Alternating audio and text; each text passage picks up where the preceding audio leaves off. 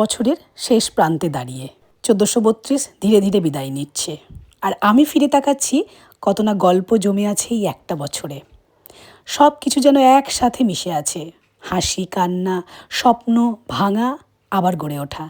এই বছরটা আমাকে শিখিয়েছে শুরু করতে কখনো দেরি হয় না। ভূমিপ্রিয়া ক্রিয়েশন একটা স্বপ্ন ছিল, আজ সেটা আমার নিজের হাতে গড়া বাস্তব। ছোট ছোট পদক্ষেপে আমি নিজের একটা পরিচয় তৈরি করার চেষ্টা করছি। সব কিছু কিন্তু সহজ ছিল না, অনেক না বলা কষ্ট, অনেক চুপ করে সহ্য করার মুহূর্ত, যেগুলো কাউকে বোঝানো যায় না। এই বছর আমি হারিয়েছি আমার খুব প্রিয় গুলতুলুকে, একটা ছোট্ট প্রাণ, কিন্তু তার ভালোবাসা ছিল অনেক বড়। আজও কোথাও মনে হয় সে আছে আমার আশেপাশেই। আর এই বছরই আমি চিনেছি কিছু মানুষের আসল চেহারা, যাদের আমি আপন ভেবেছিলাম। তারা সবাই আপন ছিল না, কিন্তু এই অভিজ্ঞতাগুলোই আমায় শক্ত করেছে, নিজেকে বুঝতে শিখিয়েছে। তবুও জীবন থেমে থাকে না। সব কিছুর মাঝেও 1432 আমাকে শিখিয়েছে ভেঙে পড়া মানে শেষ হয়ে যাওয়া নয়, বরং নতুন করে উঠে দাঁড়ানোর শুরু। শিখিয়েছে সবাইকে ধরে রাখা যায় না, কিন্তু নিজেকে হারানো যাবে না কখনো।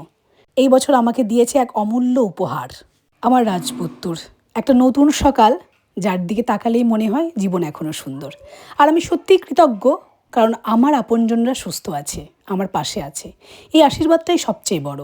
শিখিয়েছে নীরবতাও অনেক সময় সবচেয়ে জোরে কথা বলে। আজ আমি আগের থেকে অনেকটা আলাদা, আর হয়তো অনেকটা শক্ত। ধন্যবাদ 1432 সব কিছুর জন্য, ভালো খারাপ সব অভিজ্ঞতার জন্য।